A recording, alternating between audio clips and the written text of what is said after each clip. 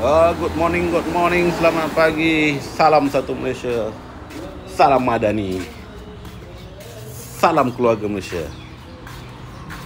Okay, semalam dah promote kedai-kedai member. Hari ni promote kedai kita,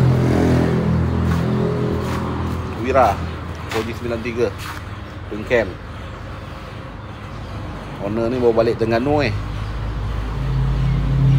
Waktu tempat bocor dekat highway.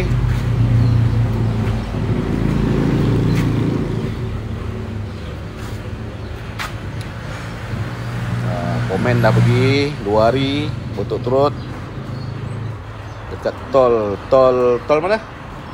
Tol mana? Tol Chenor. Simpan kereta supaya tak hilang kereta kan member ni. Dah pasang dah member dah balik. Okey. Ni nak tengok balik apa yang patut-patut dia buat. Mana yang nak datang servis kereta, nak check brake, bleeding minyak brake, minyak gearbox. Inilah halo-halo ke sini. Bengkel member kiri kanan, kiri dan kiri. Buka.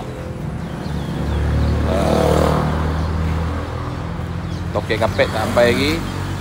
Siapa minum Red Bull kekuatan. Siapa bajet nak beli kereta boleh. Ni nak tolak ni Honda Pomen ni. Ni kebara ni ada sikit lagi barang nak buat. Ni enjin pun tak naik lagi. Ada. Okey, siapa nak repair kereta, beli spare part boleh halo-halo bos.